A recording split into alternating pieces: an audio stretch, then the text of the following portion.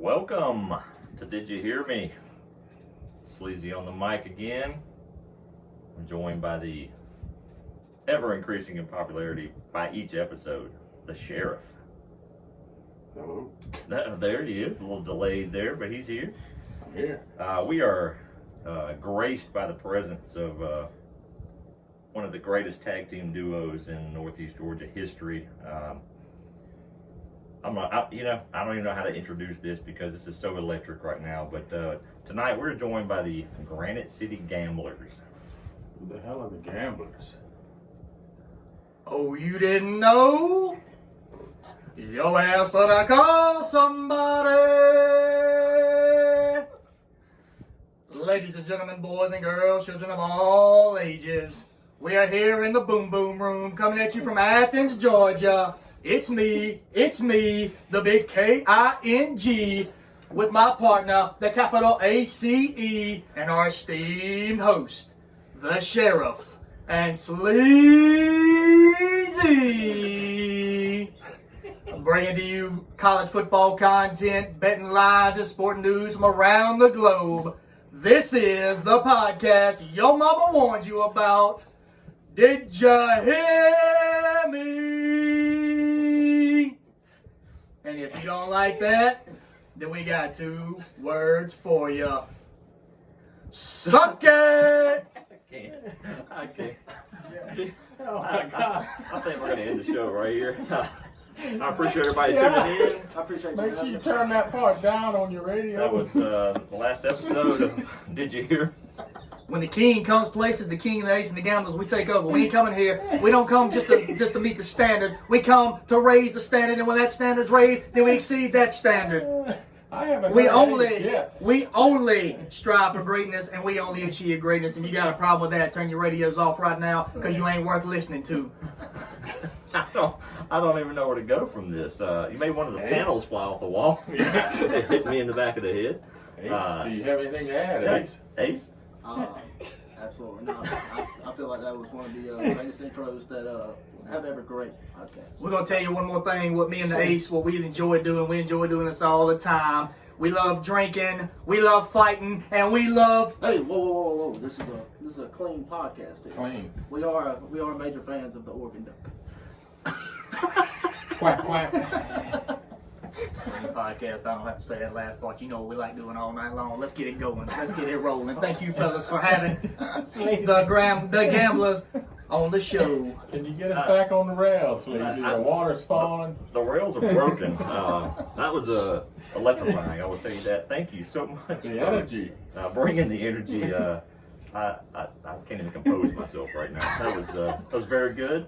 Do you want to tell us what you're wearing tonight? Well, I'm wearing it. You know what I'm wearing. That one thing all the ladies love. I got the coat. I got the boots. The boots is gonna stomp the face of the Hart County Hitman.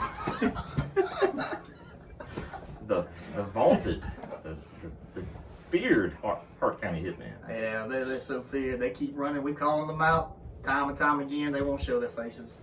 Well, that's so. Sleazy, Let's, stay with us. all right, let's get this back. I have a lot of more questions, and I think our listeners have a lot of questions as well. But first, I'd be remiss. The King and Ace did show up with the drink of the week, and I'm going to let Ace and King introduce us to what they've got here. Well, let me tell you, the gamblers, we love giving back to the local economy. That's what we're for the people, by the people. With the gamblers. What me and Ace have brought here tonight from the local Academia Brewing Company. Shout out. Shout out. It is the Sour Syllabus 4. Sour, okay. I'm not a huge sour guy, but we're going to test that out. It says... Where did you purchase that at?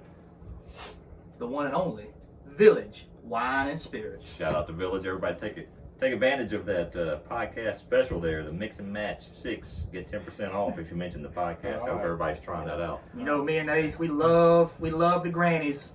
We love your granny, we love our grannies.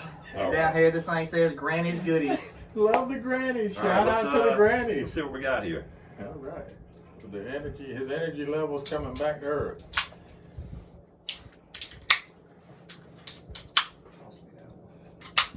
Here we go with the sour. There it is.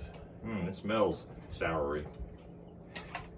Good catch, Pack. And don't forget PackMan. PackMan running our audio visuals tonight. As you can see, we just thought we packed the Boom Boom Room, as it's been referred to now, Ooh, yeah. full of mangevity. We've added more testosterone to the room.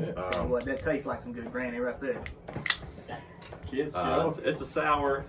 Not a huge fan, but Not a huge fan. I'll support the locals anytime. We love Village. Yeah, we do love Village, and Mm. you know, that's not bad. That's wouldn't be on my rotation, but that's pretty good. I do want to now that we've got our drink of the week introduced and trying to collect my thoughts from being rattled by the electrifying introduction of the Granite City Gamblers. I do want to highlight that this is a real tag team wrestling combo, and I do want to say that they are undefeated. They don't have any wins, but they don't have any losses, more importantly, and I think that's what we need to focus on. I think it's the greatest tag team that never was. Yeah. As far as that goes. Yeah, Ace, do you want to tell us about some times being caught and maybe in a back parking lot of? This all comes together, man. This is just like a light bulb coming on my head. Here on the table tonight, we have a B&B Theater Cup Shout out. brought in by Thank the you. sheriff. Thank you, Miss Di, with our And in the employee back, badge. in the back of this esteemed establishment, there's tales of the Granite City Gamblers being caught late at night practicing their vaunted moves.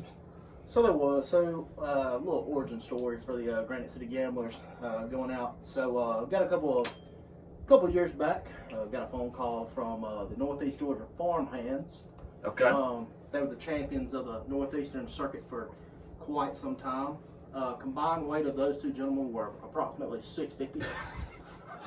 We're talking about Stout. We're talking about big boys. Man, Some longevity. hogs, some absolute beast up there. So we got a phone call from them saying that they were wanting to come and find a new tag team that was up and coming, and they were going to do a charity event in the local Royston area during that time. I imagine a non-air conditioner gym. Oh, absolutely. Okay. 97 degrees in late November. I mean, we're talking about this. Damn it, it's real to me. Yeah. So that they were scheduled out. It was going to be like 6 or 7 months. The Gamblers formed together, a dream team that we are, and we're about to go get trained up. And then one of the farm hands gave me a phone call and said that they had gotten injured. So the charity event was off, and then we haven't really had any competition really calling us out here lately. Do you think it's because of the reputation? I believe so. I don't even believe we need to compete for them to fear us. Look, you are looking at a combined 430 pounds of twisted steel, and we ooze sex appeal. Nobody wants this right here, let me tell you. I think the King thinks the match is tonight. The King is ready. I think the King is in peak match condition. A lot of ADHD, high functioning autism going with that accent. I need to hear the real King. I think that's a lot of who he is in his mind. It's oozing out. Yeah. Shout out female listeners. So with all that being said, getting back on the rails, that was kind of the origin story that was, and then a couple of parking lot trainings going on, and kind of refrained from that after individuals found out about it. We couldn't share our secret sauce. How did I miss Kind this? of like riding a moped. It's fun until your friends find out. Right, exactly. All right.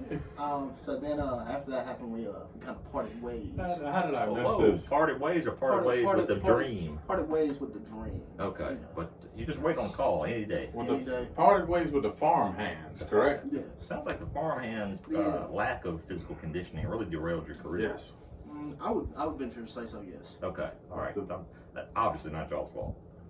No, absolutely not. I'm looking at, undefeated. would you say 430 pounds of just manliness right here? So yeah, I mean, anywhere we'd go, I mean, we'd pack it out. I'm going to go ahead and throw y'all a bone. Give me the bench press numbers.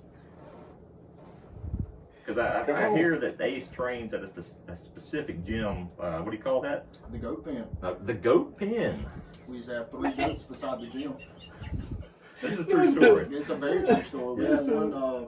We had one named Chewy. This is the most I can't keep it together. winner for already the most country episode we've ever recorded. Absolutely, but yeah, Chewy, the goat shout pen out is Chewy. still alive. It's still alive and well. It is. So- It is. Who? Did he just say what I think he said? So what's the bench press up to? This is like I said last episode. I can't with this guy. Go ahead, Ace. Oh, okay, all right. So we competed in the Give it to him straight. competition last year. I put up 365 at the time. On the bench. All The right. most that I've ever pushed is right around 385. But 365 official. 365 pause press, touch and go. I was doing 385, 390. All right. Good Ace. gracious. Let's stop. I'm trying to get her them 2 bills, if you hear me. I understand. Holiday. 25. So, Hunter, I mean, whoa, I don't know who that is. King. King. The King Hunter. King, are you a bench press guy or a squat guy? I'm a little bit of both. Okay, so what's your, go give me some numbers. I'm going to go ahead and throw it out there because you guys are looking, Yeah, like, so, like those shirts are begging for mercy. Female This listener. this same competition that the Ace speaks about, we both went there and competed. They ran the place off, but we had to still get our numbers. That's a goat pen? It was not at the Goat Pen. Oh. This was somewhere in West Georgia. They didn't know the Gamblers then, but they know the Gamblers now. now. So it was I think on the bench press on that competition I was at 355. Squat I was at 440, and the deadlift I was at 530. Good gracious. That's I'm not even joking. That's impressive for both of you. Very impressive. I No, will, going out there I can't lift. Ace, I will ask, do you work out legs? I do from time to time. Okay, all right. I'm not an every 3-dayer though. I like to walk, and I like to walk comfortably. There is understand a former coworker that we have that says, keep in mind, there's a Far Eastern woman warming up with your Max. As a signature to his email. Much- A woman of Far Eastern descent warming up with 365. That would be very impressive. That's what this coworker thought. That's a true story, and that's a much former coworker for everybody involved. Not because of his email signature. Surprise, surprise. We can't even go into that. Not even secret clearance allowed on that one. We can talk about the email signature. We already had. Leave it at So, that. yeah, we're good to go. Georgia looked good this weekend. Looked amazing. I covered 2 weeks in a row. Yep. Our friend, I'm just joking for my. Tate Ratledge didn't miss a block. boy, Yeah. Tate Ratledge. Georgia was off this weekend. Obviously, I'm making light of the non-schedule this weekend, but we're getting ready for Georgia, Florida next weekend. Anybody going this next weekend? No. I don't think the Gamblers will be taking that trip. Went last year. It was a really good time, but not this year. I got you. Just talked to UGA Garrett. Just dropped off some party favors Shout for out the UGA Sleezy. I Garrett. appreciate that. He's headed down next week with Papa UGA Garrett. I got to come up with a better name than that. But they're headed down next week, so I know a lot of people are going down for that game. Always a good time. As we discussed, the sheriff and I, we can call it that. World's largest outdoor cocktail party. That's correct. Always a good time. Been a long time since I've been, but a good scene, we'll say. I hope Georgia shows up. Going to be without Brock Bowers for several weeks. Is that a concern? Shouldn't be a concern. Will it be a concern once we start watching them? You know how these guys play. They like to play down to the level of their competition. It shouldn't be a concern. You have many of speedy wide receivers. You have Oscar Delp, who was highly recruited, who can catch the ball just as well as long as Beck can put it on them. I don't see it being too bad of an issue. Florida's not that great on the defensive side of football. It's not at the Swamp. It's not at the Swamp. It's a 50-50 crowd. I mean, I think that they should not have a problem, but as we know with Georgia, they need to come out and just absolutely put their foot on the pedal and stay there. I hope they do. I hope that doesn't get in their mind that they don't have the savior, Brock Bowers, because he has saved them in several games this year. Got Lawson Lucky and Pierce Sperling. I mean, I wouldn't necessarily depend on Oscar Delp or Carson Beck during this game. Then you have Kentucky, who puts up 206 rushing yards against Florida in the first half a couple weeks back. So I think that we're going to grind them out. It's not going to be a real high-scoring game, but I mean we're going to give it to them. I like it. I haven't even checked, Sheriff. Can you look up see what the line is on that game while I give a few I points? already checked it off What you there. It opened at 17. 17, I think. That is a straight, no hook yeah. on it. Georgia covers that. I mean, I would say that, but I like, Ace with some high functioning. with the way Georgia's been going against the spread this year, I don't know. I just don't know. High functioning analysis. Excuse me. That he has. Let's run the damn ball. I like it. Let's lean on them a little bit. I hope so. I mean, I hope they show up and show out because if we do take care of business, it is turning into a SEC East showdown in Athens on November the 4th. Could it be a game day? It Wink, could wink. be. Who would have? We're going back to circa 2014 when Missouri came in as a unheralded addition to the SEC and just dominated the Mark Richt UGA Bulldogs for several years, going to the SEC championship game as East representatives that nobody saw coming. Actually, got several jokes from Nate Ballou, Oklahoma, about how the worst team in one of the worst teams in their conferences of the Big 12 got moved over to ours and dominated. Had to eat that one. Nate is 1 week away though, because the Fighting Gus Malzahn's were winning to the very end against Boomer Sooner. They were. And They I were. think the team that UCF he's talking about. plays, University of Central Florida. I'm sorry, Central Florida out of Yep. Orlando, and that was a way better game than it should have been. Yes. Shout out to the King Hunter that they're playing to the level of their opponent, and I think they're going to get horns up one more time. Yeah, and so back to the showdown. I think nobody saw that coming. That this game in Athens may decide who goes to Atlanta. What do you think? You know, I would venture to say that last year we went into Missouri and it should have not been that close. There were Very some close mistakes game. that were made. A comeback win. I'm gonna be honest. Stetson. With you. You know, Kentucky came in here undefeated. They were hyped up. Missouri's gonna come in here. It's gonna be a home crowd. It's gonna be going. I think that we'll be able to figure out some pieces without Brock Bowers, some things we can experiment with during the Florida game that we'll be able to implement during the Missouri game. I don't see that game being close at all. They haven't played necessarily anybody that's really up to Georgia's caliber, and I see Georgia winning that game by 2, if not 3 touchdowns. All right, I hope you're right. This is from a contrarian. Go ahead. Both the King My and favorite the type. Ace. My favorite type of bird. Yes, both the King and the Ace are your realistic contrarian Georgia fans. So the positivity is startling. Yep. That game last year was 26-23 for all you high-functioning folks out And a there. last-minute win. Yes, It was 26 for the good guys. It's not a comfortable day at all for the dog fans. He's over here tapping away on the iPad. Yeah, I mean, I was just looking at the defensive ranking for Missouri. So far this year, they're 41, the 41st defensively. Thank you for the clarification. Yes. Out of 133, yeah. thank you. Yeah. So with that being said, I mean, I firmly believe that we can run the ball on them. The biggest issue that you have with coming into Sanford, especially the last 3 years, has definitely been that crowd. It's very. I mean, we're starting to cement ourselves as far as a traveling team. It's kind of starting to become one of those things. If you go to Sanford at night, it's going to be tremendously harder on you. It's kind of comparable to like Death Valley at 7:30. Talking about LSU, the Swamp, The 7 Bengal o'clock Tigers. game. Back in the mid 2000s. I mean, we're starting to get up to that esque. So, do I think Missouri's got a good ball team? Don't get me wrong, but when you come into Sanford, I mean, it's a completely different thing.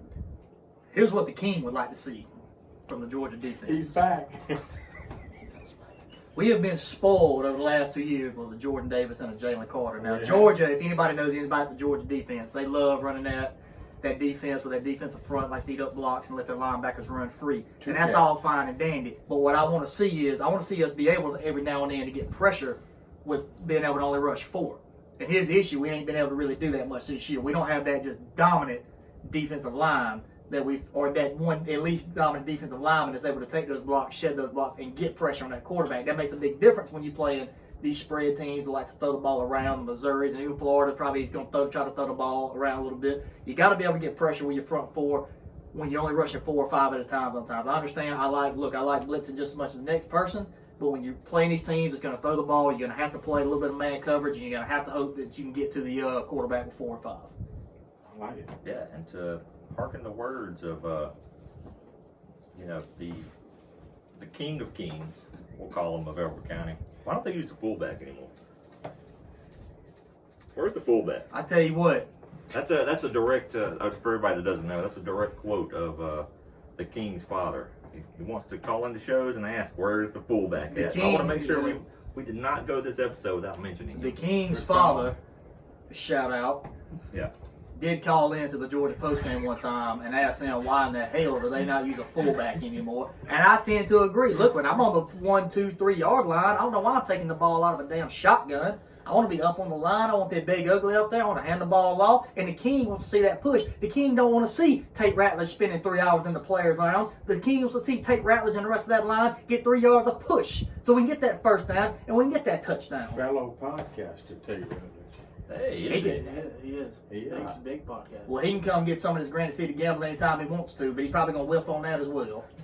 It's a big size advantage. There you For go. Tate. Well, as much as I'll changing subjects just a little bit, as much as I wanted to see Alabama lose yesterday, that was actually good for the UGA home crowd. Tennessee to take that second SEC loss Good for against the Crimson Tide. That elephant screaming in the background through Denny Bryant Stadium. How about on outscoring Tennessee 27-0 in the second half? Yeah, that was a good game. I was rooting for. Rooting's a strong word. I was wanting Tennessee to win, but like I said, I think it's a better scenario. Gives Georgia, especially without Brock Bowers and the extraterrestrial quarterback, as the sheriff has pointed out. E.T. had. Yeah, E.T. He looked great this week. It just gives a little room for, I don't want to say mistakes, but you never know what happens, especially first year playing the SEC. If they were to stumble, gives a little more breathing room, at least against Tennessee, but not against Missouri. Not yet. Yeah, but with the Tennessee one, the last note on that is same way as you want to see your guys hit Joe Milton several times. I mean, you look at Texas A&M, the Texas A&M game, I think he threw for under 100 yards or something like that, and they sacked him 5, 6 times. Look at the quarterback, Joe Milton, can throw the ball 90 yards, but he can't hit anything 10 yards in front of him. And so once you start rattling him a little bit, get that internal clock going, and he starts thinking he's got to get rid of it, then you're going to have him on the ropes. That's coming from a fellow QB himself. Back in the day, the King threw that He was pigskin. 10 for 18 for 100 yards on the nose. There you go. Well, Shout out Gary Danielson for that stat yesterday. there you go. And I want to bring up another game because I think Ace had a very astute observation Yes, he of did. a situation going on in Penn State. I thought that was very well put. Do you remember what you said? So just making a comparison between James Franklin and Mark Richt. Yeah. Essentially what Penn State has done in the last 2 or 3 years is just cemented themselves as being the number 3 school in the Big Ten. Yeah. And just to give a little background to people who may not know what we're talking about, Ohio State beat Penn State again for the 7th year in a row yesterday, and Penn State has a good team. And to Ace's point, much like the Georgia teams during the Mark Richt era, that never or seem to underachieve all the time. I think that's your point, right? Yeah, I mean, one of those teams that's going to go out there and they're going to win at the minimum 9-10 ball games a year. But the biggest issue is that, are you okay with being mediocre, going to bowl games, losing them, and then, just cementing yourself? Because the biggest issue that they're about to have a rise is essentially, you have Southern California and Oregon and Washington all coming into the Big Ten next year. So if you cemented yourself as the number 3, these kids, they're going to go to winning schools. Yeah. So, I mean, you go from a number 3 team to possibly a 5th or a 6th. Yeah. I think that's a good point because Mark Richt was much beloved here in Athens, still is. Just didn't, admittedly, I've heard an interview with him before, admittedly didn't have the killer instinct. Wanted to be a positive role model more than a national championship winning coach. I think I've actually heard him say, maybe not those exact words, but something to that effect. And then Kirby, the chubby visor, came in with the just Hair flying everywhere. Yeah, Receding hairline. I guess, but he came in with just that edge that really resonated with the young guys, and obviously he's back-to-back. I really don't think he gets talked about enough for having back-to-back national championships. I feel like he's still treated as like a junior coach almost when they talk about the other ones. He should have definitely won the SEC Coach of the Year over Josh Heupel last year. Look, you come in and do good, but then Josh Heupel sits there and loses to Georgia that fashion, loses to South Carolina, and then you got a guy who lost what he lost in the draft that goes and wins the national championship again. But Yeah. I think we need to start calling James Franklin Big Game Small James, because That's a good one. I like that. he can't win a big game.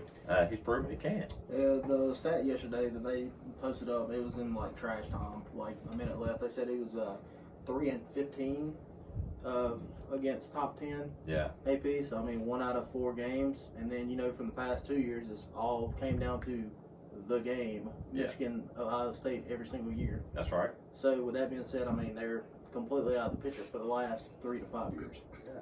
And interesting story developing up there in Ann Arbor. Yeah. Just more and more, I guess, fuel to the fire up there with Jim Harbaugh. Am I saying that right? Yeah, Jim Harbaugh. I always get him and his brother confused. Yeah. Jim Harbaugh, a lot of seedy things going on up there. Allegations of sending coaches to steal signs. Illegal cheeseburgers. A lot of stuff going on. I think he's on the radar of the NCAA. Yeah, he's already served a 3-game suspension. Self-imposed. Self-imposed, because they knew something was going on. They saw smoke, knew there was a fire, tried to put it out. That's how you do things with the NCAA. One of the most confusing organizations I have ever witnessed in my life. An almighty organization. Yeah, they really think a lot of themselves. Just interesting watching that go on, because it seems like there's more and more coming, and there's a lot of speculation that he may not be around college for very much longer.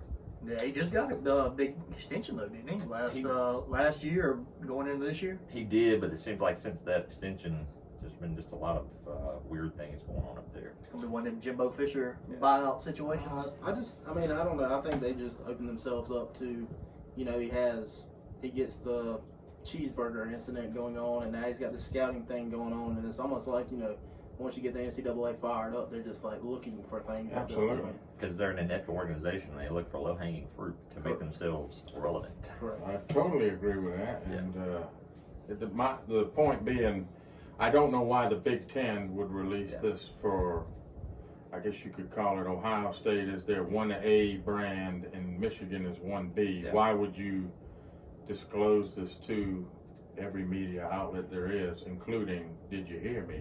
Yeah. If there's not something to it. Yeah. We got a lot to get to. Before we leave football, I'm going to say something, and I want y'all to not feel obligated to comment because of your, professional careers. But kind of fired up about this. I don't know if anybody's paying attention or if we have a lot of local listeners. A murder trial going on in Macon. Well, it's not actually a murder trial, but it's a trial about a murder with former UGA player Akil Crumpton, who has been accused of walking into a local racetrack here in Watkinsville and pulling a trigger, killing Elijah, I forget his last name, Elijah Wood, who was just working a counter. Thank you, Pack. Totally innocent victim. He's going to get his due day. I don't think there's any way that he's not going to get convicted during this trial. And I know a lot more than I can share at this point in juncture, but Jawan Taylor, who is on, as I double checked before we did this episode because I bought the equipment for this podcast, so I can say what I want to. So I double checked to make sure he's still on the UGA roster as a assistant player development coach. It came out in the trial, which I already had known, but now it's public knowledge that he knew Crumpton murdered this poor guy the day of or the night of the murder. Didn't say anything and just went on about business and continued to let Crumpton live with him and continued to hang out with him and socialize and go meet girls with him. I think that's a disgrace. I'm all for forgiveness. I'm all for if somebody gets a DUI, somebody does something stupid while they're drunk, getting second chances and not being ostracized from the program. This is not where that's going. But how in the world that he's allowed to be a player development coach when he didn't have the decency to value a human life enough to, he made the family go a year when the law enforcement agencies involved with that were able to put together scientific information that led to the arrest of Mr. Crumpton when he had the answer the entire year and went on and lived his life, and then was confronted by law enforcement officers when they knew, he still didn't say anything until he got a lawyer to hide behind. So I hope that the university looks into that, and that this isn't the end of the story, because he's still employed by them, and I think that's a disgrace. And that's the team that I root for. So I have since I was a kid, and obviously I want them to do great things, but I'm embarrassed and ashamed of that. And like I said, y'all need to comment. That's just what I wanted to say. Wouldn't be on my staff. Well, I just think if you're in charge of young men who need to make good decisions, and he made the worst decision, I think he deserves a second chance. I don't think it's with Georgia right now. I don't see how he can still be employed in that position. That's just my stance on that. I wanted to make it known. All right, Sleezy. Hey, Not necessarily like adding to your Yeah. monologue of what's going on, Yeah. but I mean, I think that based off of these findings, that Kirby definitely needs to kind of separate himself before he gets into a type of paterno deal, to where you Yeah. know they found wrongdoing and then they go to, you know, instead of sanctions or something going against one individual, then it, you know, goes up to the head. yeah, I think it's a slippery slope if you allow somebody who doesn't have the moral integrity to do the right thing, when, you know, and it's not a fear situation. It wasn't like the Crumpton had a hold over him, because he could have at any point socially distanced himself from him. I know he's alleging that he was scared, but that's to me. He didn't know what to do. Excuse me, Sleazy, is the direct quote from what I'm reading. That's fine. It's a coward's move, and unfortunately, our society is going in that direction more and more, when nobody wants to take accountability Amen. to man up. And when you have people's lives involved, especially, this wasn't a fight. This wasn't somebody who said something they shouldn't have and it escalated into a murder. This was a literal. There's no clearer definition of an innocent victim than Absolutely. Elijah Wood, who was talking to his girlfriend on FaceTime while he's working a graveyard shift at a convenience store. Sure, it wasn't his life's dream. I'm sure it wasn't his life's dream to do so, but he was doing what he had to do. Right, just an employee. And this guy Crumpton walks in with sticky gloves, with his finger on the trigger, and the trigger goes off and murders this poor guy. That crime has nothing to do with Georgia. That has nothing. Don't get me wrong. That has nothing to do with Georgia. But Jawan Taylor's decision to hold that information that nobody knew, because this was kind of a very random crime. I didn't mean to go on this long about this, but I want to make sure people understand where I'm coming from.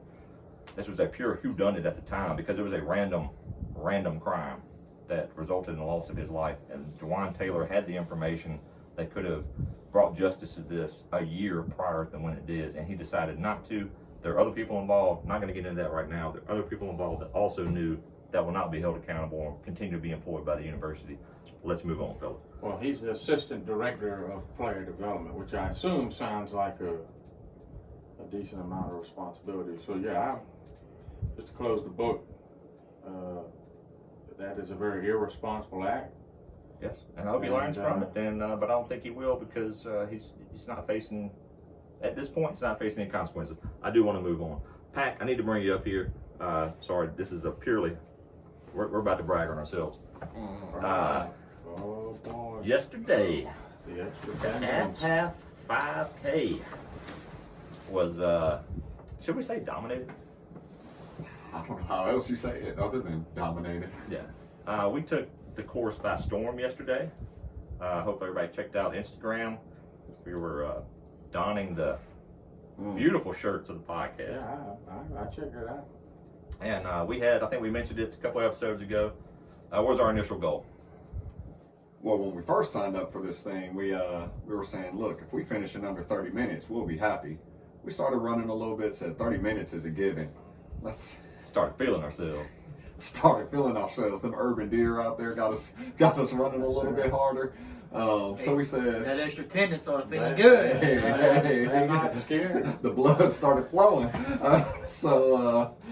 Yeah, you know, we got to running a little bit. So we said, man, I think we could do this in 27. So that was the goal, and yeah, we crushed that. Even What's the time? Trust it. 25:50. That's right. Woo! Yeah. Well, and who won?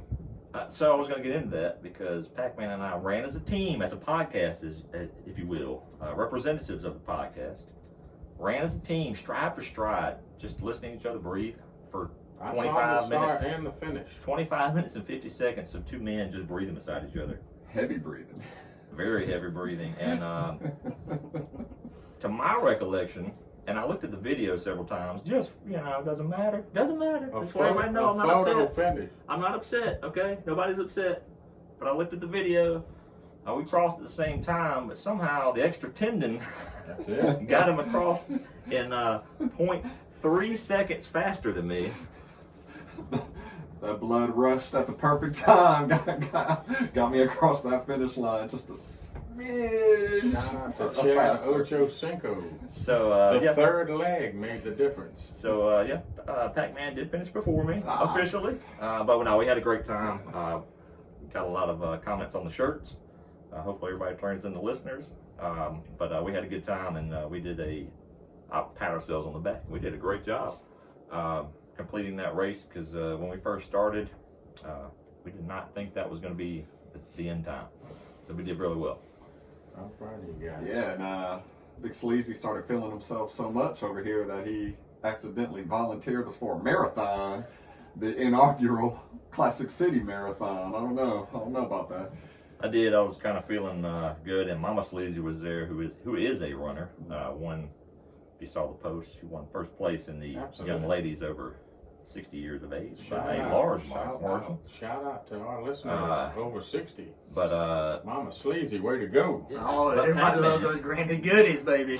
Yeah, the Hey, king. calm I can't be affiliated with this. Yeah, Hunter had some forethought there. The king, Hunter. So on that note, there is, as PackMan mentioned, the Classic City Marathon, the inaugural, coming up in January.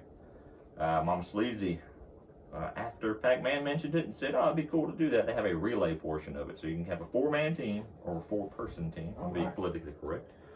Thank you. And Mama Sleazy volunteered PackMan and myself to be 3 of those. So listeners out there, if anybody wants to pick up the 4th slot, 4-4. send the show a DM and let us know. I don't know if these lofty lifters over here are in the running mood. And Sheriff, when's the last time you ran from something? Yeah, that's when I ran.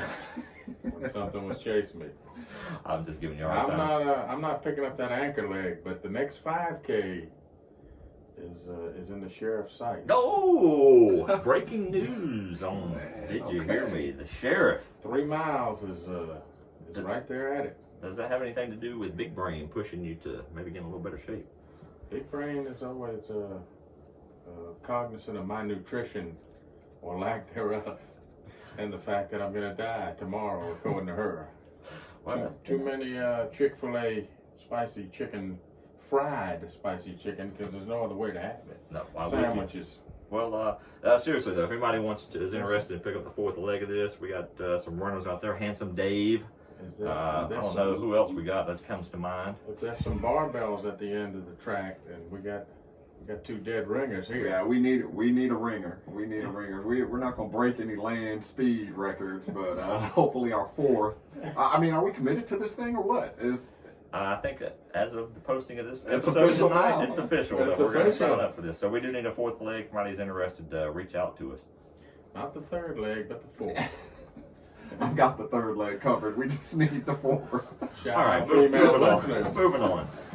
Hunter, sorry, King over here So- is splutching a little bit.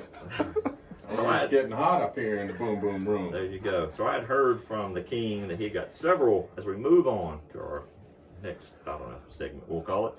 He got several questions that people had sent in. So I didn't put out a big push for a lot more questions because we already had some from the King, and I have a couple of follow-up questions for these individuals. So do you need any help with this? I think me and the Ace can take care of this, so we can answer these questions for these listeners. Now, I don't know what you call this individual. I think he has sent some questions in before. Yeah, it's Big Game James, Booty Meat. Booty. Big Game James wants to know, when are the Gamblers making an appearance? And let me just, before I let Ace answer this question, let me tell you, this is a very insulting question, Big Game James. And Oh boy. usually me and Ace and the Gambler, we don't have time for any stupid questions like this. But again, we are men of the people, by the people, for the people. So I'm gonna let Ace take over this question, because if I answer this question, I'm gonna hurt your feelings. Oh boy. We can't lose any listeners, King. What you got? Where's it at? Wants to know when we're going to make an appearance. When we're going to make an appearance? Yeah, that's what he says. There you are. Appearance at Chippendales, or can y'all explain further? I don't really understand this question. I find it idiotic. Oh boy, here we go. Lost the listener. With that being said, I mean, if you want to go into whatever you was going to go into, I mean, we're here right now. Though. Yeah, I mean, Big Game James, we're here. You know where to find us. This is going to reach dozens of people. And I tell you what, Literal. you want 2 German listeners. you want an appearance, and we'll bounce that booty meat on down the road. Sheriff, Whoa, we're bouncing booty meats. either Lars went on vacation or maybe he lost power. No. He dropped out. However, He went to France. Pierre Oh. and France, Pierre and his neighbor have picked up the listenership. 2 listens from France this week. And a little Latin flavor Oh, from Argentina. Here we go, the Latinos. But don't get too excited. That's definitely a pasty fellow on vacation down there. Shout out to no. Big Paul Wall, as I used to call him when we were cube mates back in the day. Oh. Paul Wall. Down there vacationing with the senoritas. Paul I don't think he'll Wall. tell us about that part of his vacation, but Did he show you his grill? he keeps that for off duty like Gigi. So Memphis, shout out Gigi Yes, with the shout out. flat-billed hat. hey, They, that's as far as yeah. we go with him. Big Brain knows I have a weakness for the Latinas, so thankfully it's Paul Wall and not a slew of Latin listeners waiting for us at the end of every recording. I do have a Go funny, ahead. I do have a funny story with that. Sleazy, So come on. this evening, like as I mentioned before, UGA Garrett dropped off some party favors for Sleazy, and the sheriff had arrived fashionably late as usual. Was getting out of his vehicle, and without prompting, they've never met before. He said, "The sheriff." He did. Recognized celebrity, so he was recognized by a listener. So just wanted to give you that props there, Sheriff. The sheriff? I got a story for that, but I want to hear the Actually- answer to booty meat. Well, we just answered Booty Meat's question, and We're here. his answer doesn't deserve an answer. So how about that? His question deserves what it just got, and that's it. We're going to move on to the next question. Please listen, James. Please keep listening. I'm going to go ahead and make this a quick shout out to a good friend of mine who lives in Mississippi, who's going to be listening to the podcast. Who, There we go, another state. We'll just call him Jim Bob Stubby. Can it get more southern than that? Jim Bob Stubby wants to know how he's affected the King's life. And let me tell you, Jim Bob Stubby is a good friend of mine, great man. And Jim Bob Stubby and myself spent many a nights in a desert together, putting the camel clutch on some terrorizers. So shout out to Jim Bob That's Stubby. different. Thank you for your service. Great man, great Jim friend. Bob and King. Now this third question is going to be for all 4 of us to decide how we're going to answer it. And we're just going to call this man, who's also going to listen to this podcast all the way in Myrtle Beach, South Carolina. All right. We'll call him Big Daddy Gooseneck. And I can't go into detail of why he has that I nickname. can only imagine. But Big Daddy Gooseneck wants to know, is it acceptable to sleep and or do the hanky-panky with socks on? I got to imagine that nickname has something to do with community showers. But go ahead, Sleazy. To me, socks and the bed don't mix. No matter what you're doing, they don't mix because you got covers. It's Yes. like having, triple coverage on your feet. It's hot. Wearing a raincoat when it's 90 degrees outside or something. Yeah, that's my answer. No, it's not acceptable. Absolutely not, says Sleaze. The King says when you're in the mood, it don't matter what you got on or what you take off, you do what you need to do to get the job done. So So you don't want to wear socks, you don't want to wear socks, you want to sleep in the socks afterwards, you don't want to sleep in the socks. The King don't care. The King says he encourages you to do what you need to do to get the job done. Does the Queen agree though? I tell you what, my Queen of Hearts, the King has his Queen of Hearts, and she'll just be known on this podcast as the Paragoddess. I'm sure she's a listener. I as don't know. she breaks hearts, but she keeps mine going. I gotta have. Let me tell you. Is anybody else having the goodies here? 'Cause I I'm, had, what was the nickname you had for her? The Paragoddess. Yeah, I was thinking more like Baserica. If you phonetically put that out, you can figure that out. Baserica. Are you questioning what I'm saying here, Sleazy? I am, but her name on the show is Baserica. I just want to let you know that. But that could be your nickname. for her. because she That's is fine. a boss. No, the sheriff got it. I got it. Co-host. Go ahead, Ace. Obviously the king doesn't matter. He's trying to get lucky. Go ahead, Ace. Yeah, coming after this promo cut. Not a fan of the sucks at all. I'm done with it. From a man with a short sleeve hoodie on, I could imagine. Yeah, you gotta get your Bill Belichick on. It's I like it. It's a good look. You know, I mean, you get warm when it's a little bit chillier outside. But I like it. You don't I go like it. full sleeve. Well, his arms are big enough to pull it off. And obviously, if I'm not at my place of employment, shout out to the Leos, I'm not wearing socks or undergarments. So that's an absolutely no kids. for You me. got 4 kids and big brain. I've told you this before off air. If I'm wearing underoos or socks, I'm at work.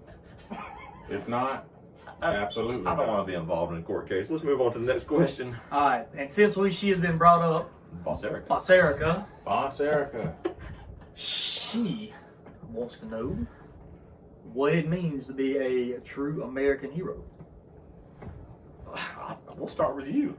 Of being the only true American hero sitting That's here. it. I am a hero, and I'm y'all's hero, and I'm everybody else in this county's hero. Make no mistake about it. That's not what he's talking about. When the king shows up, everybody knows. Everybody gets down on their knees, and everybody bows down to the You king. pour this over his head. But I'm gonna tell you what makes a true American hero.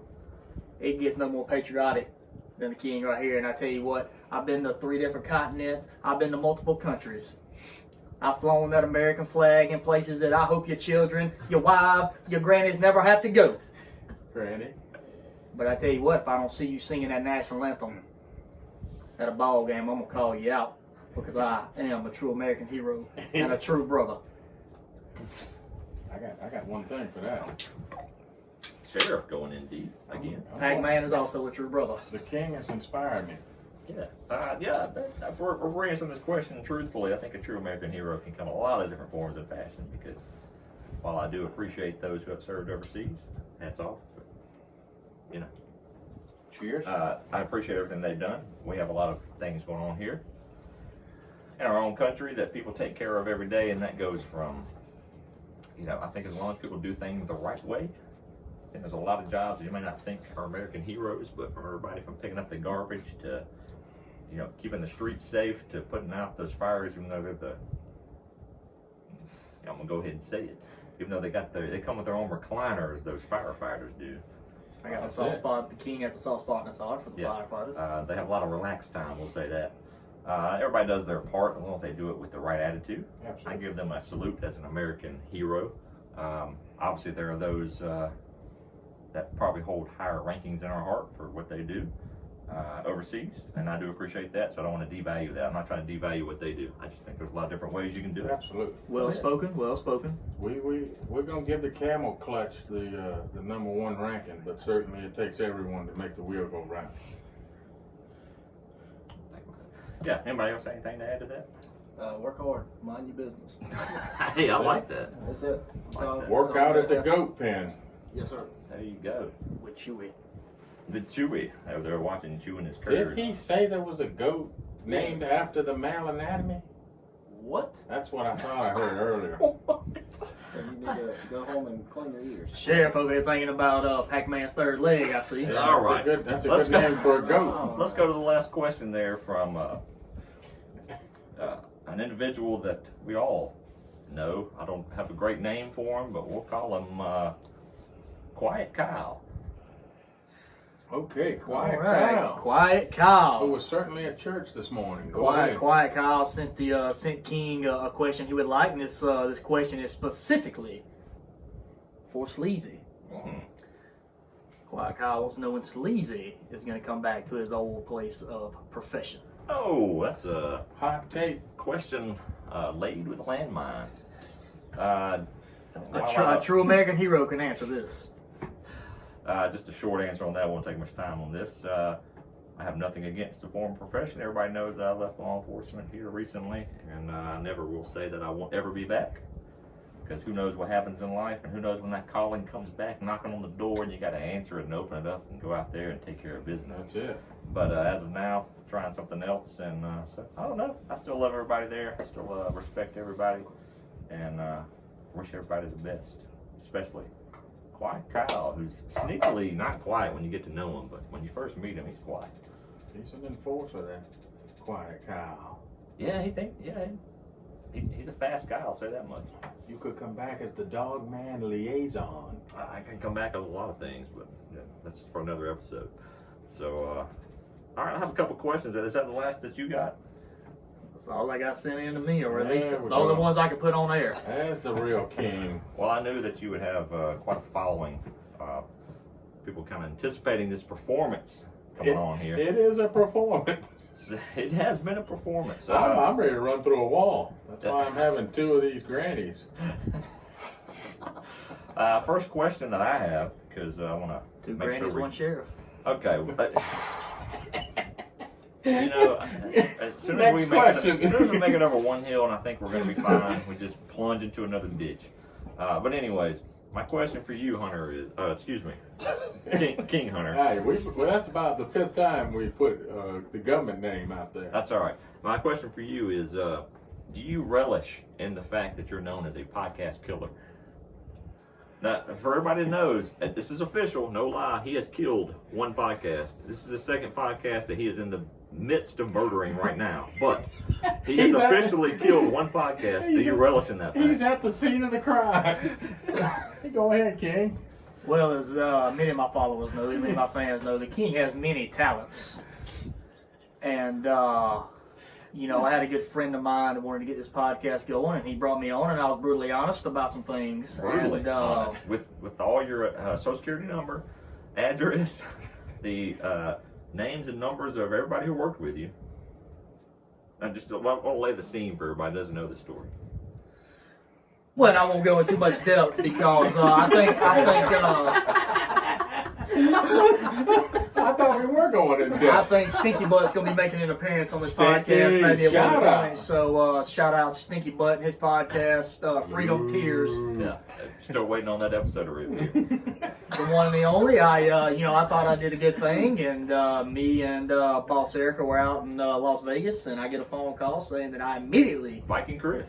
Viking Chris, who Viking Chris weirdly is a very, very big fan of mine, but in a weird way. I'm not sure why, but Take it. he He's a rule follower.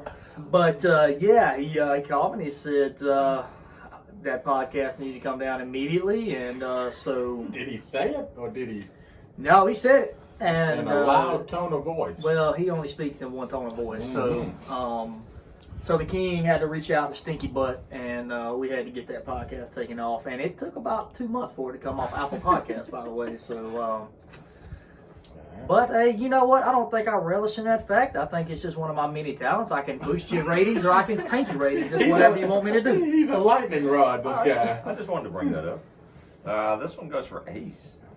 And I want to bring PackMan over here because I'm going to need some comments from you on this one.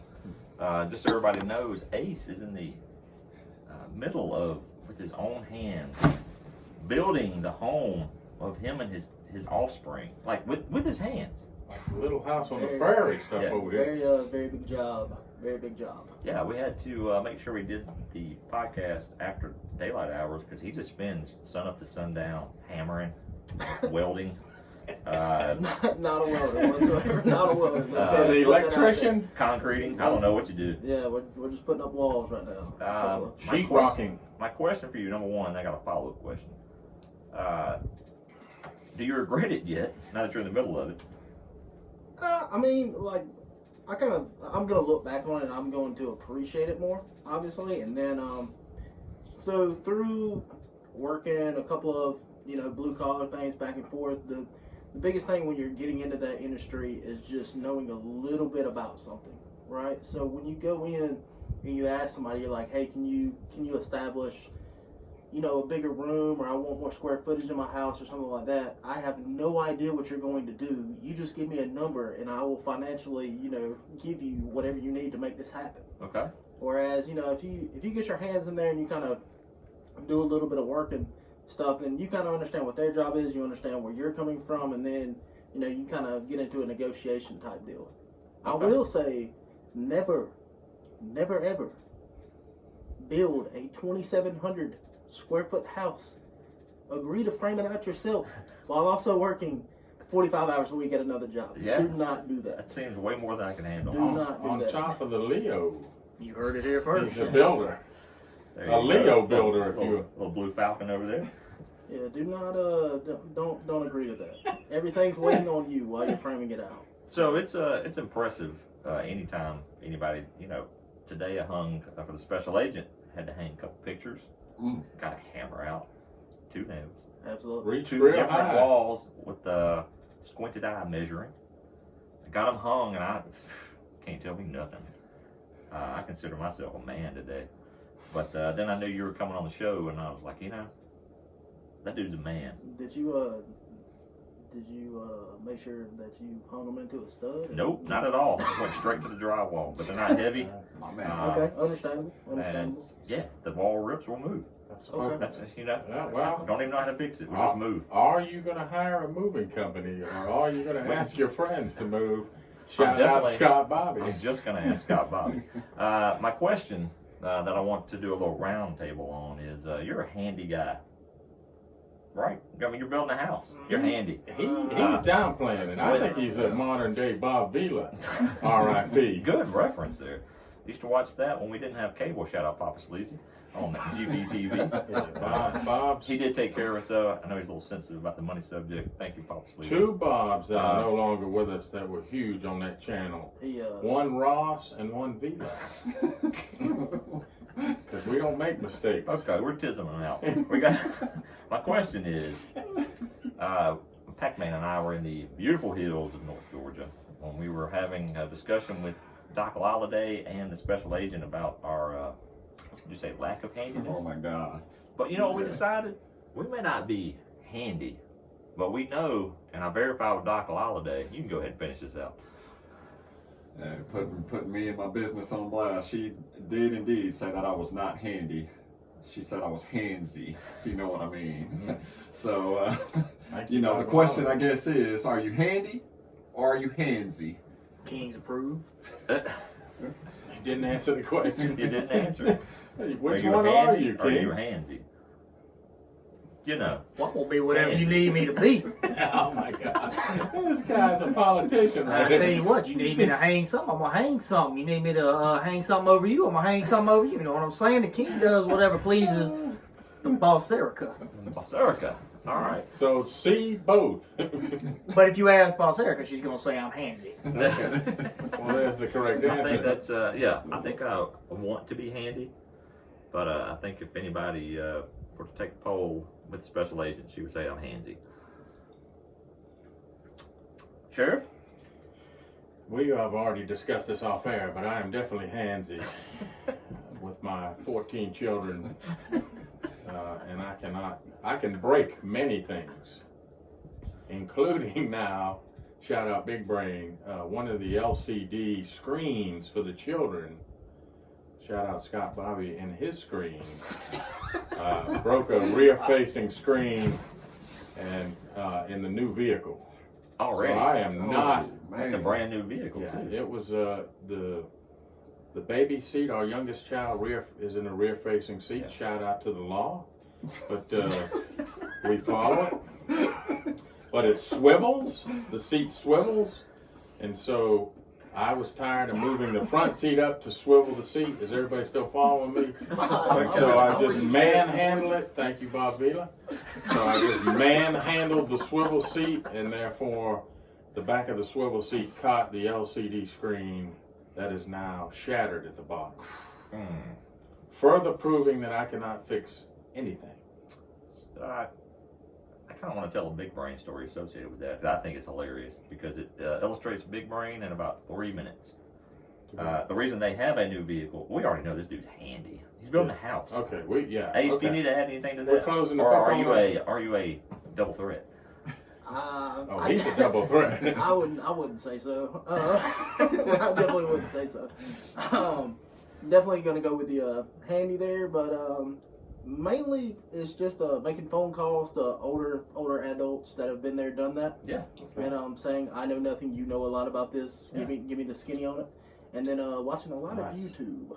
Hey, that always can help. Saying can fly for Handsy. Yeah. Yeah. Yeah, that could. Well, I don't know about YouTube, but you could That's why find I'm another tube Yeah. or a hub Yeah. that could help you out there. But A lot of tubes and hubs to help you out with that. the reason Big Brain has a new car for the sheriff to break Might is see the king on one of them. Might see him. Big Brain was stopped at an intersection and a truck towing a house or a mobile home, if you will. An oversized load, The sure. oversized load did not make the left turn wide enough and proceeded to scrape the entire driver's side of Big Brain's vehicle and didn't bother them at all because they just kept driving. The funny part of the story that just illustrates Big Brain in like one little story is she saw the vehicle driving off, and when quizzed on why didn't she turn around and go get the Correct. tag, she said she didn't want to leave the scene of an accident. As the other car drove off from the scene of the accident. To go back Shout to out the law. We love Big Brain. to your earlier point, a true innocent victim True innocent that did not want to leave the scene. of her own accident. We will definitely have to get a hold of the primary investigating Leo who did a sketch. Yes. And that sketch may have to make it to the gram, but That we'll was a good double one. check with Yeah. Mr. Jones. There you go. But I just wanted to throw that story in because I thought it was a great one. That is big brain. With her following the law. So, anyways, I have one more question for King before we move on to other things, or maybe we'll wrap this up. I don't know. Could you please tell us about your relationship with your dog? He has a dog named Mo. I'm gonna go ahead and tell you there ain't but one thing in this world that the king loves more than Boss Erica, and that's his dog. Full name Cosmopolitan, or Cosmo, or as he is known as Mo. And let me tell you something. Mo knows what's going on. Mo comes in there every day. He meets me at the door. I put him in a headlock because he needs to know his place. But as his tail wags, and he sits down and we discuss the daily activities of what went on. And I tell you what, them late nights when the gamblers come home, because I've been gambling all night, and I've been drinking, and I've been fighting, and I'm about ready to get to, well, I gotta sit there and I gotta talk to Mo first. And I'm on the floor and me and Mo's discussing What a things. performance. And let me tell you one thing about Mo. Mo knows. That's it. Okay, Mo knows. Wow. That's it. Speaking of tizzling out. You I just want to comment on this, Sheriff, real quick. Go ahead, So I'm Ace. going to make a sports reference out of this. So you started this thing off like Caleb Williams, right? USC front runner of the Heisman, on fire. There you go. I mean, dude just throwing tutties left and right. That's it. Running for his life, doesn't matter. He's sitting there with 2 losses. He's sitting there now with 2 losses, not having really good performances. Well, you forget one thing: the gamblers have no losses. I think the last promo got. And I'm gonna With tell you the what. dog thing, we need to work on that. And well, I tell you what, the king's not done. The king's far from done. Undefeated like Villanova football. And in fact, the king's back's getting a little heavy from having to carry this tag team. Oh, dissension in the ranks.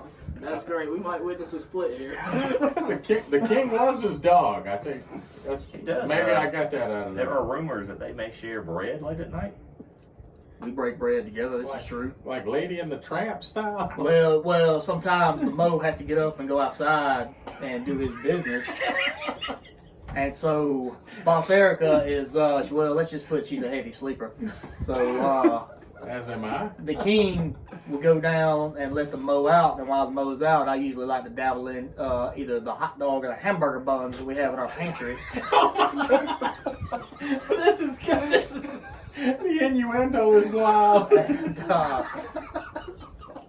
when Mo comes back in, I give him a little piece. Pun intended.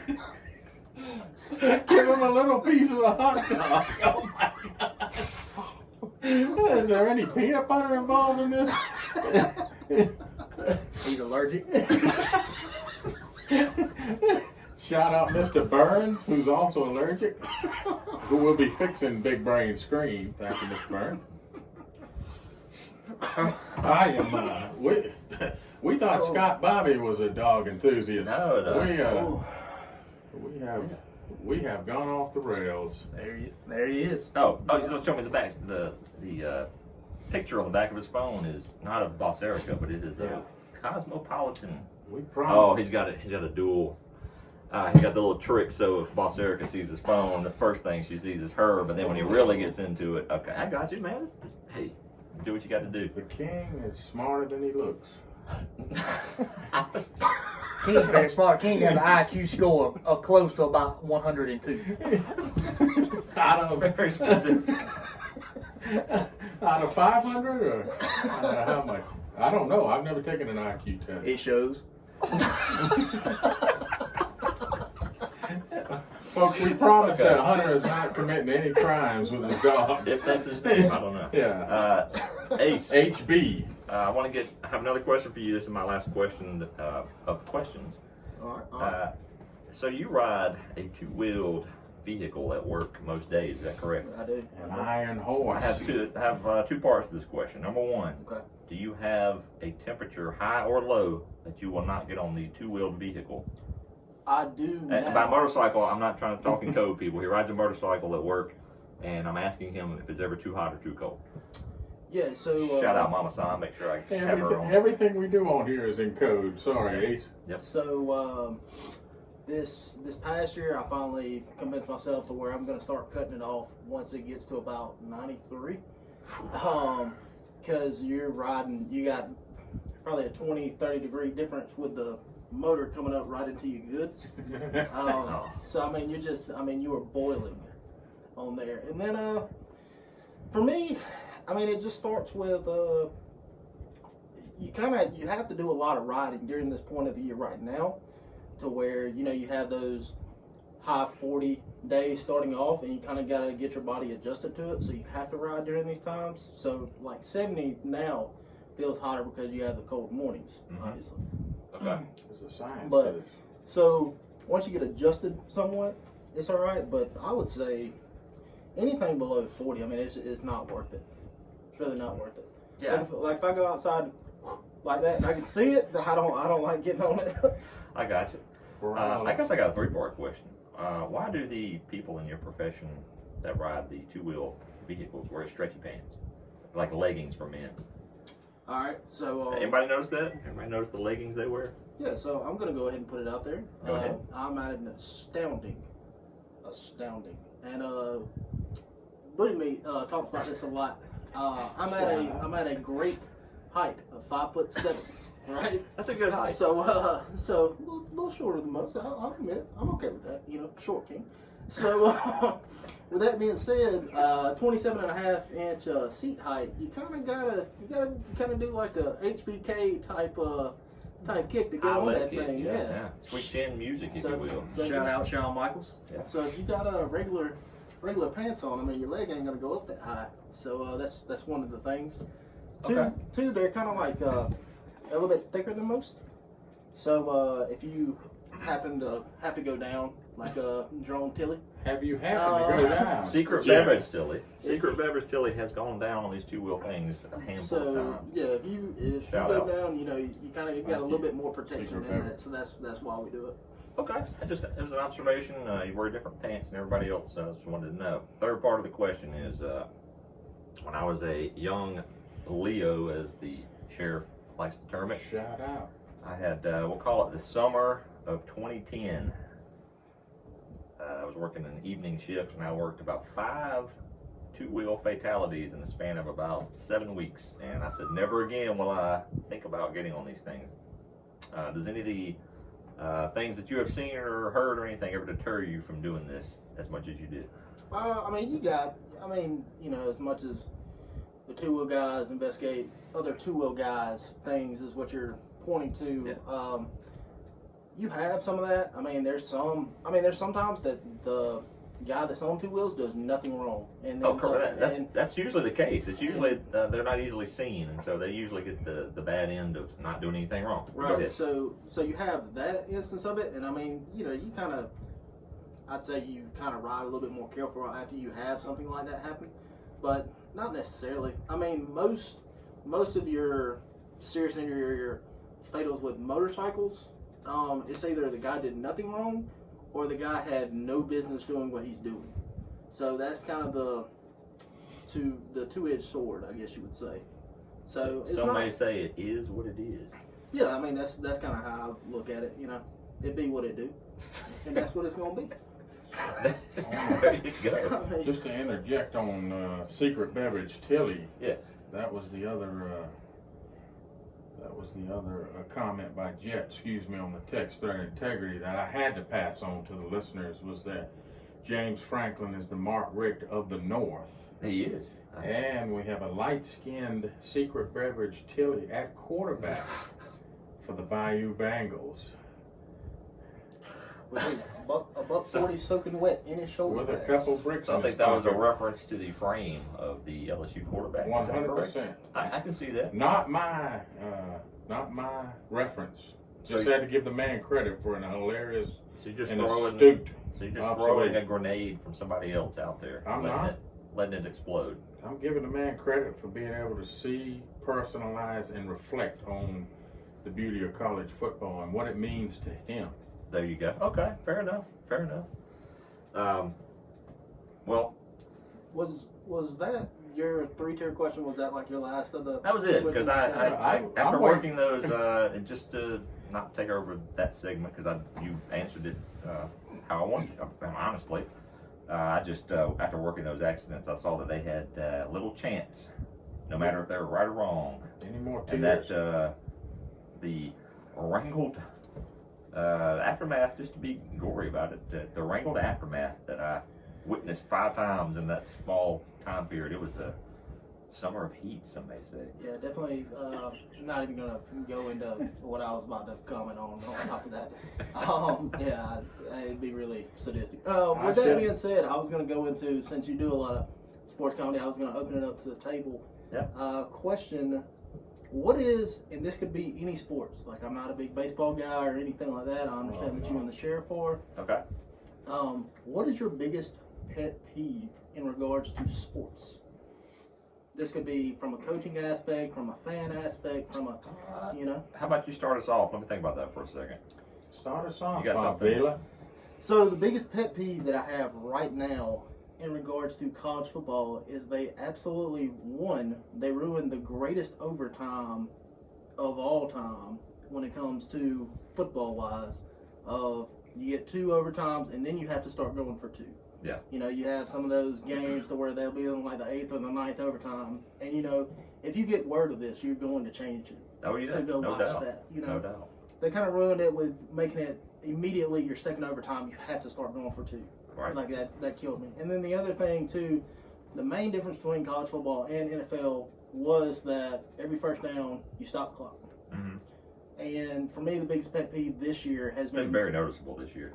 well, the biggest pet peeve for me, as far as like watching the game, is coaches not having time management.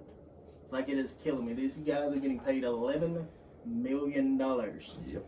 a year, and clocks just drain out, and they lose games based on this. All of them making 11 million. The top 5 or 6 are making. Maybe making more. I have like a 30-minute side thing about that, but the guy that got canned earlier this year, Mel Tucker, is the one that really started the entire thing. Was it his clock management that got him canned? No, it wasn't. But I'm saying when he went to Some might say he was a little more handsy than handy. hey, that's a pretty good. That's a pretty good reference. Pretty good. Can't argue with that. Okay, here we go. Go ahead, Jet. But he's the one that started the, you're going to start making $10, $11 million when he went to Michigan State. Absolutely. Yep. He made Kirby, Dabo, Saban, all of them, like their contracts immediately got switched over after that guy. Fair. Yeah. And yeah, it's definitely a tit for tat that if once somebody makes the big money, all those other guys are going to level up. Quality statement there, Ken. Yeah, no doubt. Pet peeves. Handsy.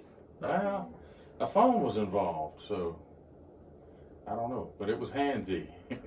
He's on this Okay. I'm gonna go ahead and put those the two pet peeves Yeah, I go got ahead. out there. Put For 'em one, out from the there. from the fan standpoint, and I alluded to this earlier, when you have a team that like a Georgia or somebody who should go out there and just absolutely.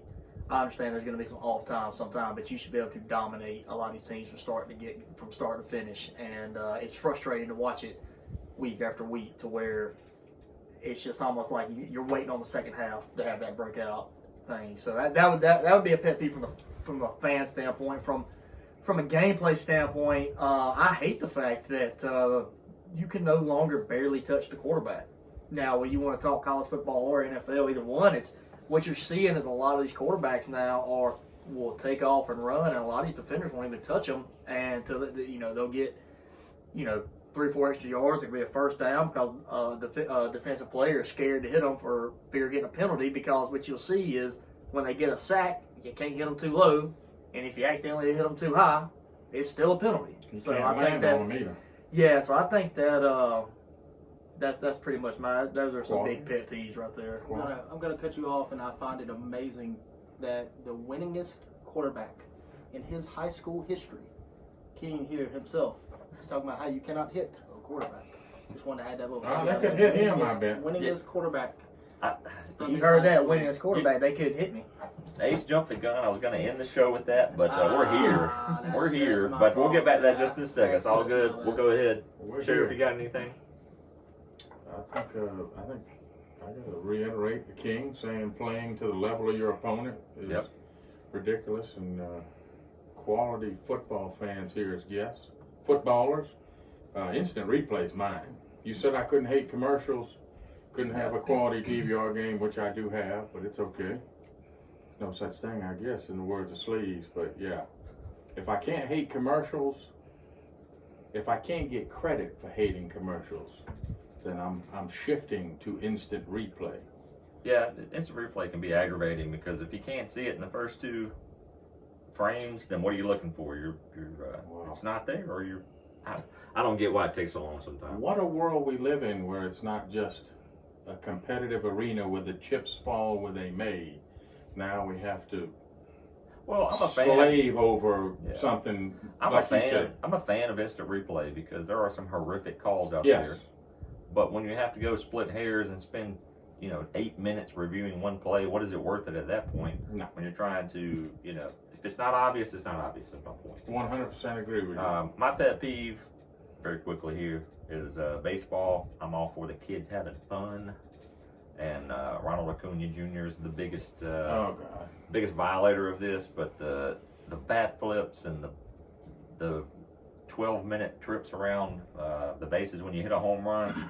Not a fan. I don't care about the flair. Have some flair, but have like you've been there before. I just don't like the new generation. I think they should have fun.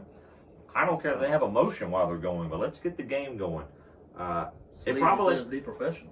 be professional. I think what probably got me is because when Nick Castellanos murdered the Braves Good with his home pronunciation. runs, he oh my goodness, All 30 he of them? threw his bat over the stadium, ripped his shirt because he only had 2 buttons on it anyway.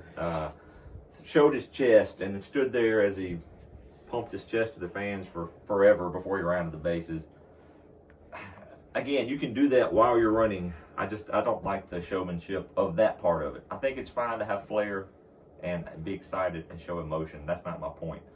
But when you're putting on a show every time, because everybody hits a home run in these games. I mean, throughout the season. And Yeah, Castellanos only hit like 25 the whole year, and then he hit some big ones in the playoffs, and you thought he was Babe Ruth. Yeah, I That wouldn't man say. could smell a Philly cheesesteak from 2 miles away. I wouldn't say everyone hits a home run. Well, That I'm is a saying high level of throughout skill. the year, Yes. throughout the year in the major leagues. Yes. But anyways, I like you've been there. Even Done that the, before. even the small fry guys are hitting the home run. Yeah. But that's another discussion that we can have about the bats and balls Yeah. and Rob Manfred, and we can really tiz them out on that. But not enough time tonight, Chair. Acuna would be, what is scary to me is Acuna could be even better without all the extracurricular stuff. Yeah. This guy is a show enough potential Hall of Famer, gonna win the MVP this year, 70 stolen bases, 40 home runs, and it's got to be exhausting to think about this handshake and this backflip and everything else. Focus on the game. I will say quickly, because I want to get to this, we need to wrap this up eventually. Acuna, underrated. I don't think he got enough credit for the 40-70 season. I know people have mentioned it, but that is a tremendous season. Absolutely. I don't think he got enough credit. He got some accolades, some mentions, but that is a tremendous, never been done before in the 130-year history of MLB. I'm giving It's a him huge credit. deal. And he's even better than that, which Yes. is scary. Yes. It's just the extracurricular stuff.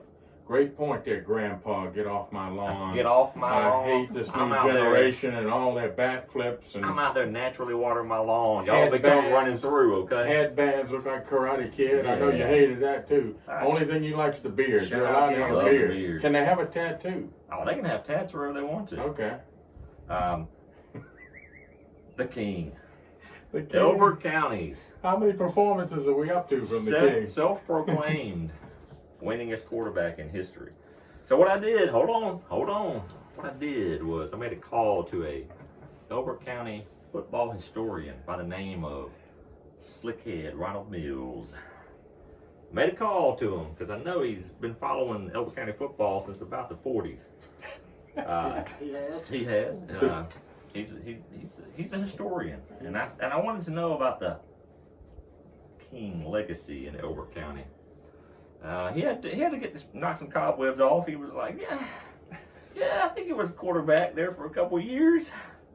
But he did acknowledge it was a good time that you were there, and so you probably did amass a lot of wins.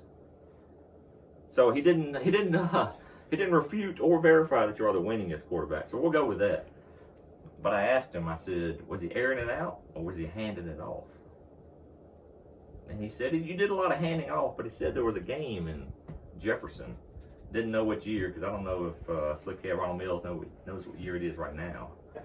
But you remember the year where you've been handing the ball off, and you're running back maybe a Tyshawn Dye, maybe? Yes, sir. Yeah. R.I.P. Clemson's finest. R.I.P., right? He went to Clemson though. Yeah. Man, I really down that story. So That's the point where we're at. yeah. So he made it to college. Sorry. Sleazy. Sorry. Anyways, let's make sure I have my facts right. After he was chewing yardage, he said a young King, he didn't call him by that name, tucked it, kept it, down the sideline, untouched for about 47 yards. Said it was the difference in the game, won the game. Do you want to tell us about that? I don't really have anywhere I'm going with that. I just want to know. I just want to give Slickhead Ronald Mills a shout out because he wasn't real helpful, but I appreciate him recalling that one touchdown from the King. And we're going to give you the status as the winningest quarterback in Elbert County. Well, the King says shout out Slickhead Ronald Mills, but the King can't confirm he is the most winningest quarterback in Elbert County history. This has been told by many of people, not just Ronald Mills. But let me tell you, the King's going to end on this because the King's been talking all night, and the King's got places he's got to be and things he's got to do. But the King did tuck it, and the King did run for about 47 yards, and the King did get to the end zone untouched. Now, the King did this on multiple occasions, not just that one game. The King can air it out. The King can run it. But what the King does the best is he puts people in that deuces wild, and me and the ace put them down on the count. 1, 2, 3, ding, ding, ding. And the last thing I gotta say, for all you listeners out there, especially all you lady listeners, because you know the gamblers, the King and the ace, no shortage of female fans out there. And I tell you what, we both know that, you know, we're taking men, and so our Lord is live with our ladies. But let me tell you this, ladies, if you want to get in line and you want to know what it feels like to gamble all night, to go all in, put the little quarter in that little machine and take this ride. And then when you lay down in bed tonight, close your eyes, use that big old imagination, and I can bet you you're gonna sleep a little bit better. Did I hear a Lotus line? Oh man, Is that old English? I think we're done. I want to thank. He froze up like Mitch McConnell in the middle. That was awesome. That was awesome, King.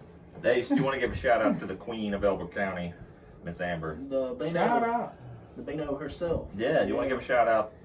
Yeah, shout out my wife. Love her a lot. Yeah. She's got my. She's probably ready for the house to be built. You're probably late on it already. Yeah, I am behind. I'm always behind. Yep. So, yeah, shout out her. Shout out my unborn son. Hope they're doing well. Everybody's doing good. We're gonna have a huge house for that guy to make his arrival in. So, yeah, we got to get back to work. Good deal. I want to say thank you to Boss Erica for supporting you through all these months of marriage. I tell you what, Boss Erica, she is the real deal, the real queen of hearts. She keeps the king grounded. And Here we I tell you go. what, I'm coming home to you, Boss Erica. I'm coming home to you, and I'm coming home to Cosmo. He's been gone for 2 hours. I tell you what, holla if you hear me. Can I get a hell yeah?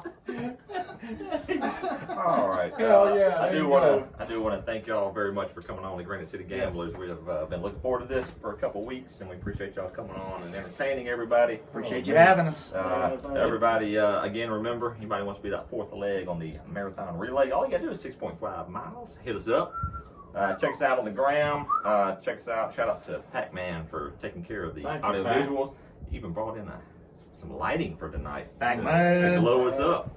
So I appreciate that. Hopefully we'll have some of this on YouTube. Some of Tip of the cap some of the to Pac. listeners said they enjoyed watching us hang out. Not my thing, but we'll do it for whatever y'all want. They're going to enjoy this week. And then I don't want to put it out there in case we get canceled on, but we hopefully we'll have a big.